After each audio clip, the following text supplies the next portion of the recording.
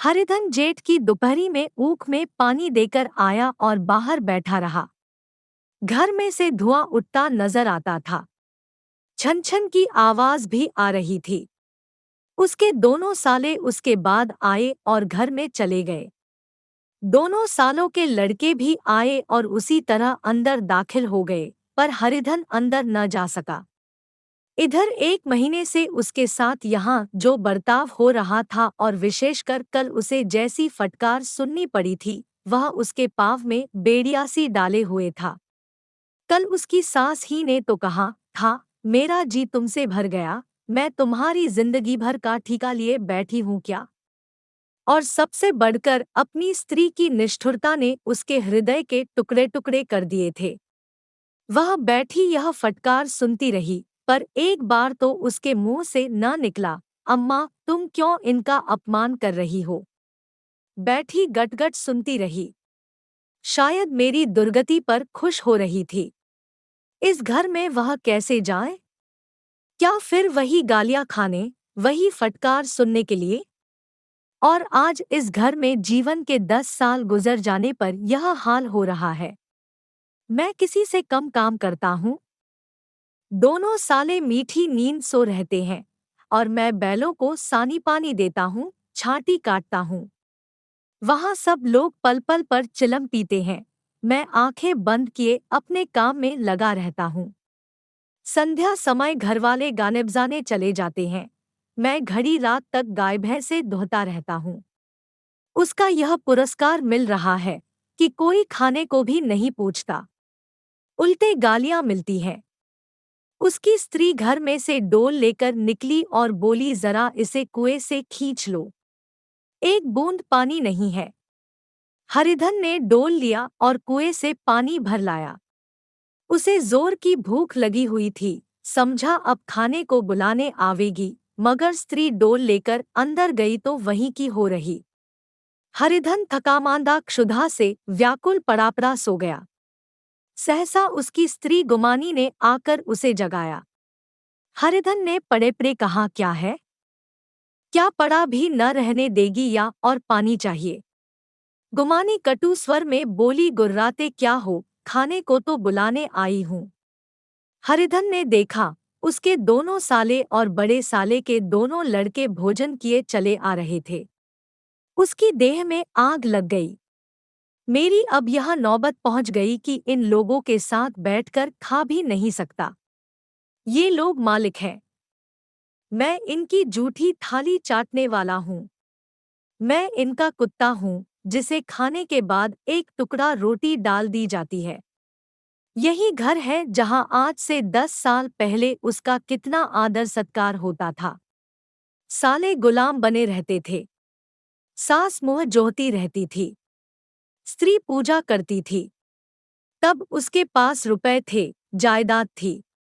अब वह दरिद्र है, उसकी सारी जायदाद को इन्हीं लोगों ने कूड़ा कर दिया। अब उसे रोटियों के भी लाले हैं।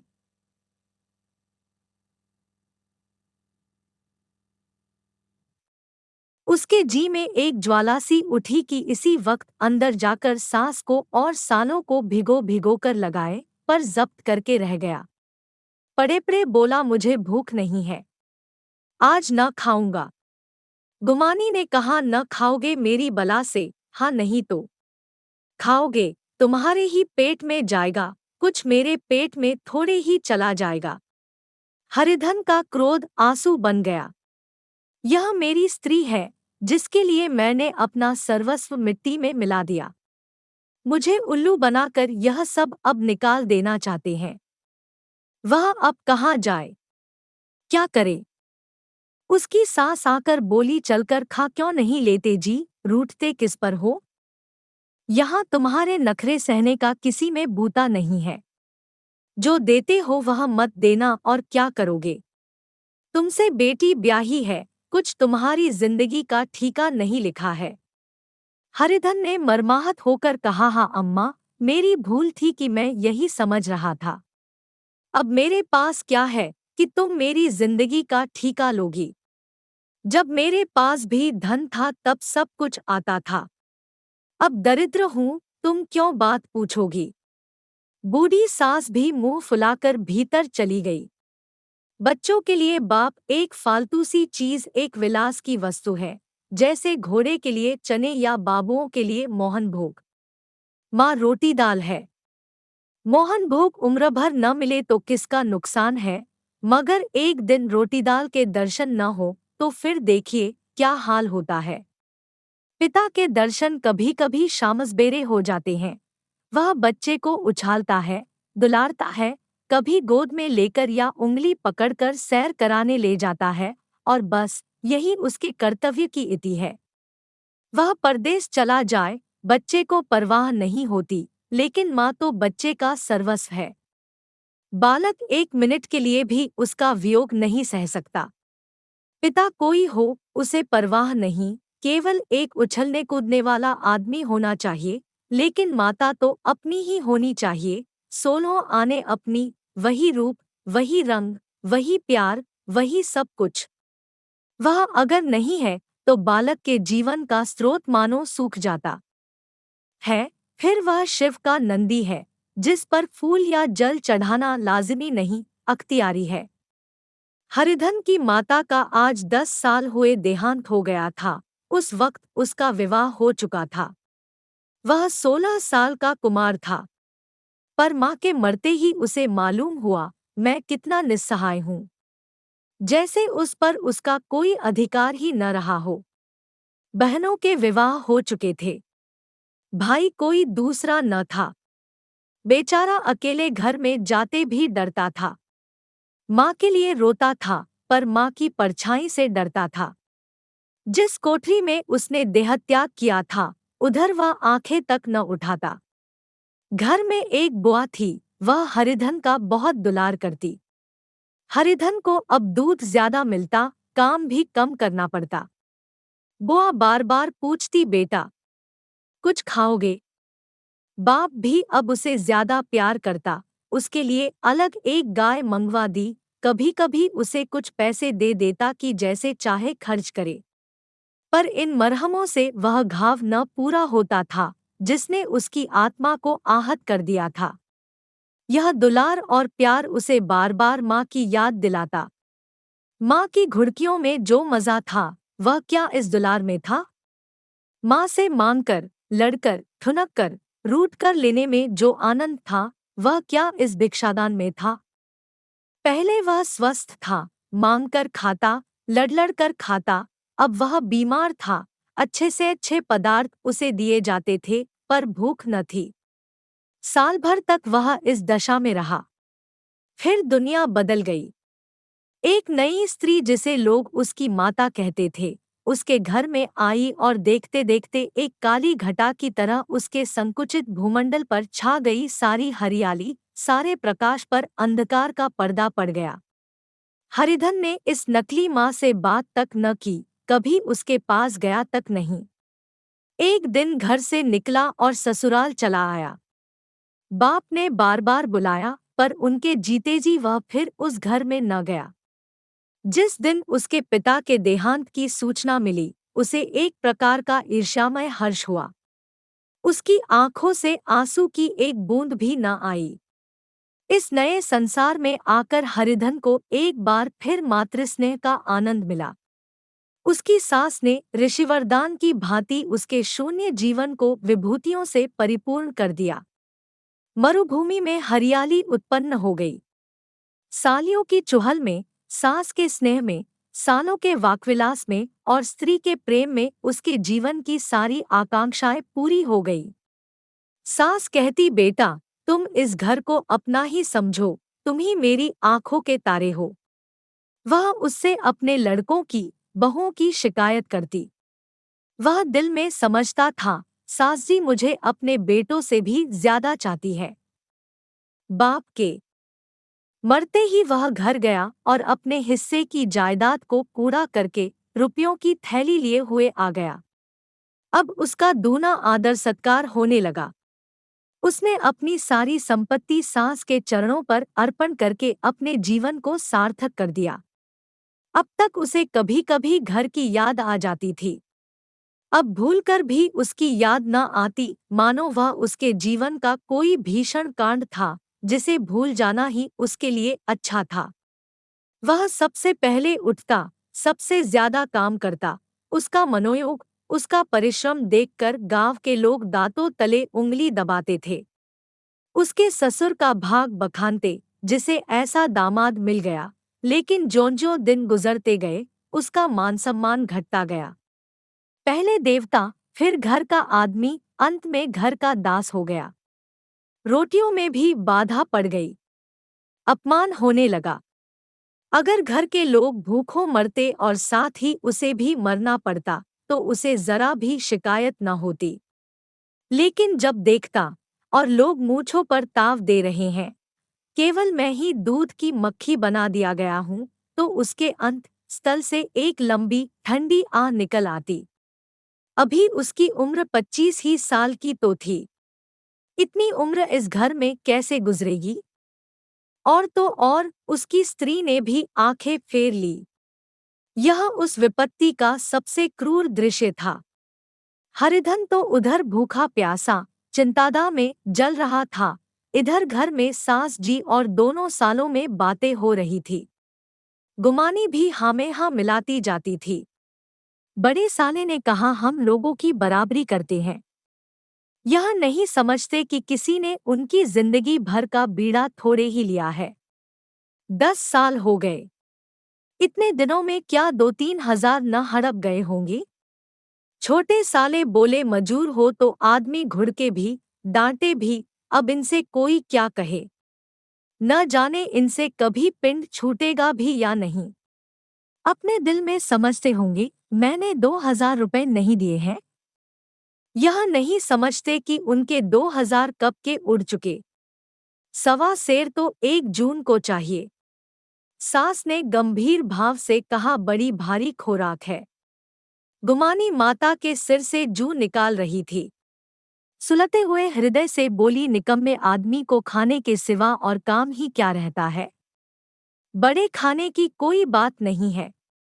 जिसकी जितनी भूख हो उतना खाए, लेकिन कुछ पैदा भी तो करना चाहिए।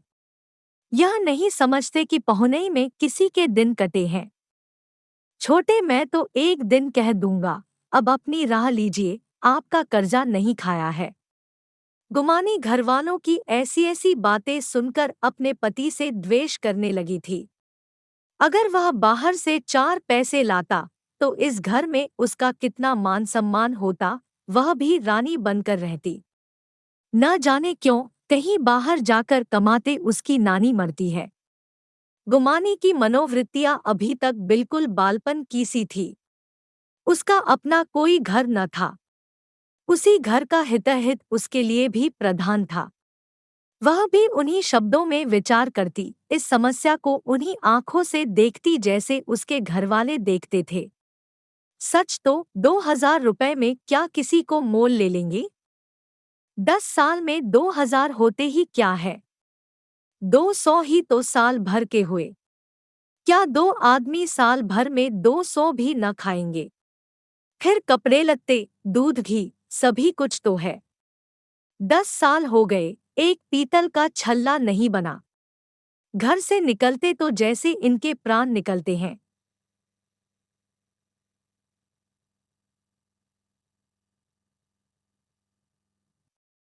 जानते हैं, जैसे पहले पूजा होती थी वैसे ही जन्म भर होती रहेगी।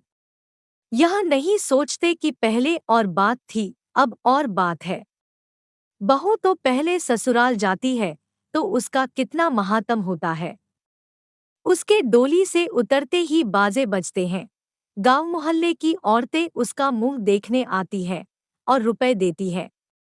महीनों उसे घर भर से अच्छा खाने को मिलता है, अच्छा पहनने को, कोई काम नहीं लिया जाता। लेकिन 6 महीनों के बाद कोई उसकी बात भी नहीं पूछता, वह घर भर की लौंडी हो जाती है। उनके घर में मेरी भी तो वही गति होती। फिर काहे का रोना? जो यह कहो कि मैं तो काम करता हूँ, तो तुम्हारी भूल है, मजूर की और बात है। उसे आदमी डांटता भी है, मारता भी है, जब चाहता है रखता है, जब चाहता है निकाल देता है। कसकर काम लेता है। यह नहीं कि जब जी में आया कुछ काम किया, जब जी में आया पढ़कर सो रहे। हरिधन अभी पड़ा अंदर ही अंदर सुलग रहा था कि दोनों साले बाहर आए और बड़े साहब बोले, भैया उठो, तीसरा पहर ढल गया, कब तक सोते रहोगे? सारा खेत पड़ा हुआ है। हरिधन चट उठ बैठा और तीव्र स्वर में बोला, क्या तुम लोगों ने मुझे उल्लू समझ लिया है? दोनों साले हक्का बक्का हो गए। जिस आदमी ने कभी जबान नहीं खोली, हमेशा गुलामों की तरह हाथ बांध हाजिर रहा, वह आज एकाएक इतना आत्माभिमानी हो जाए, यह उनको चौंका देने के लिए काफी था। कुछ जवाब न सूझा। हरिधन ने देखा इन दोनों के कदम उखड़ गए हैं, तो एक धक्का और देने की प्रबल इच्छा को न रोक सका। उसी ढंग से बोला, मेरी भी आंखें हैं, अंधा नहीं हूं न बहरा ही हूं।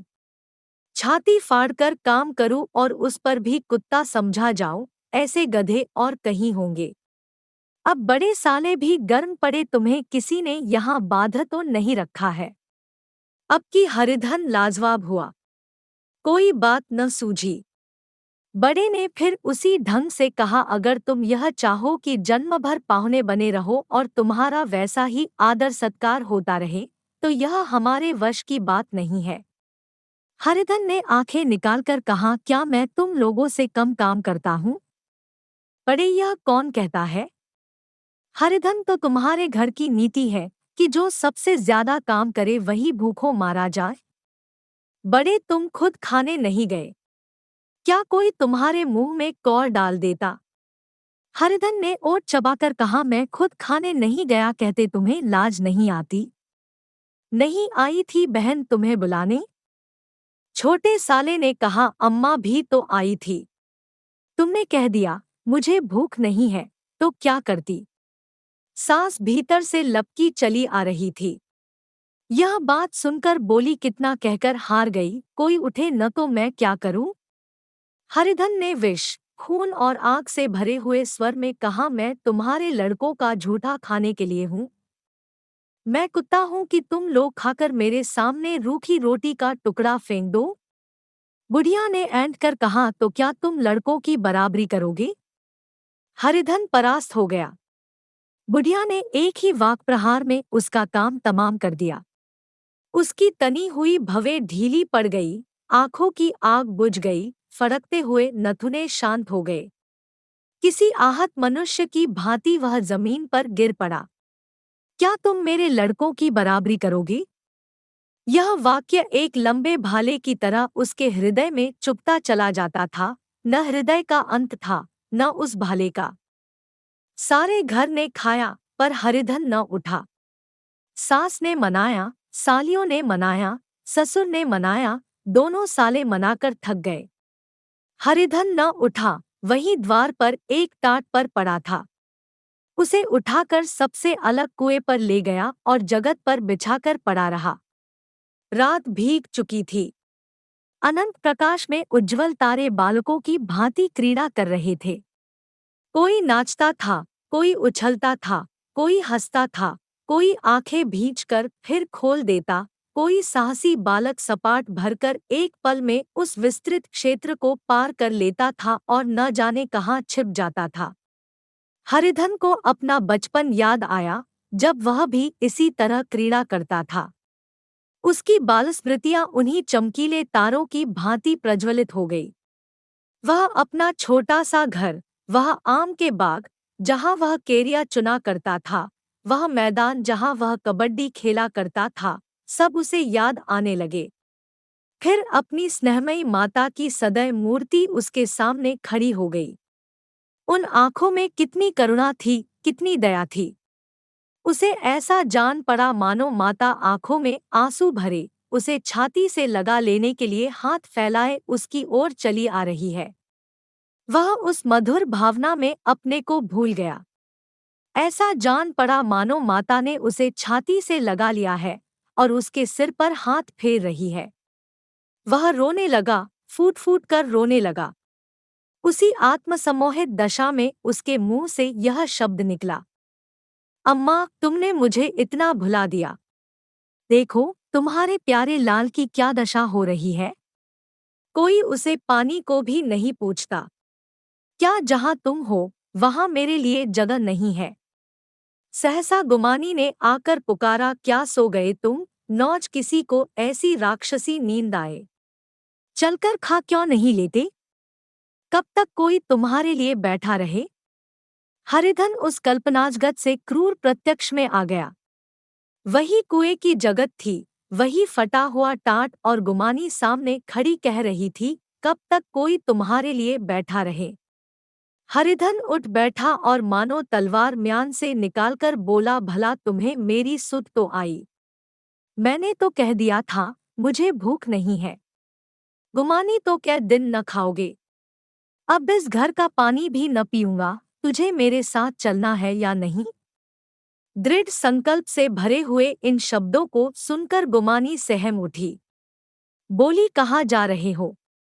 हरिधन ने मानो नशे में कहा, तुझे इससे क्या मतलब। मेरे साथ चलेगी या नहीं। फिर पीछे से न कहना, मुझसे कहा नहीं। गुमानी आपत्ति के भाव से बोली, तुम बताते क्यों नहीं कहाँ जा रहे हो। तू मेरे साथ चलेगी या नहीं। जब तक तुम बता न दोगे मैं नहीं जाऊंगी। तो मालूम हो गया तू नहीं जाना चाहती। मुझे इतना ही पूछना था, नहीं अब तक मैं आधी दूर निकल गया होता। यह कहकर वह उठा और अपने घर की ओर चला। गुमानी पुकारती रही, सुन लो, पर उसने पीछे फिर कर भी न देखा। 30 मील की मंजिल हरिधन ने 5 घंटों में तय की। जब वह अपने गांव की अमराइयों के सामने पहुंचा तो उसकी मातृभावना उषा की सुनहरी गोद में खेल रही थी। उन वृक्षों को देखकर उसका विह्वल हृदय नाचने लगा। मंदिर का वह सुनहरा कलश देखकर वह इस तरह दौड़ा मानो एक छलांग में उसके ऊपर जा पहुंचेगा।